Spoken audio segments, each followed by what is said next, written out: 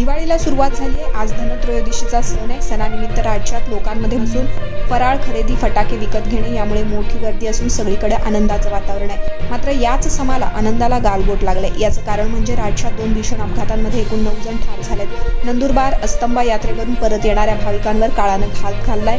भाविकांच्या पिकअप ट्रकला अपघात होऊन 6 जण मृत्युमुखी पडले। तर दुसरीकडे समृद्धी महामार्गावर वाशिमजवळ इनोव्हा कारच्या भीषण अपघातात 3घांचा जागी मृत्यू झाला। या दोन्ही अपघातांमुळे हळहळ व्यक्त केली जाते। अनेक जण जखमी आहेत, यांच्यावर रुग्णालयात उपचार सुरू आहेत। सणासुदीच्या काळात अपघातांचं सत्र सुरूच असून अनेक निष्पाप नागरिकांना जीव गमवावा लागल्याचं समोर आलंय। नंदुरबार अस्तंबा यात्रेवरून परत येणाऱ्या भाविकांवर काळानं झडप घातली। यात्रेहून परत येणाऱ्या भाविकांच्या पिकअप गाडीला अपघात झालाय। चांदशैली घाटात वाहन चालकाचं नियंत्रण सुटल्यानं हा अपघात झालाय। यामध्ये 6 भाविकांचा मृत्यू झाल्याची प्राथमिक माहिती समोर आली आहे। तर 10पेक्षा अधिक भाविक गंभीर जखमी झालेत। मृतांचा आकडा वाढण्याची भीती व्यक्त आहे। अपघातस्थळी भयानक दृश्य असून तिथे मदत कार्य सुरू आहे। जखमींना तळोदा उपजिल्हा रुग्णालयात हलवण्याची कार्यवाही सुरू असून तिथे उपचार करण्यात येतील। अपघाताचं वृत्त समजताच पोलीस यंत्रणा घटनास्थळी दाखल झाली आहे।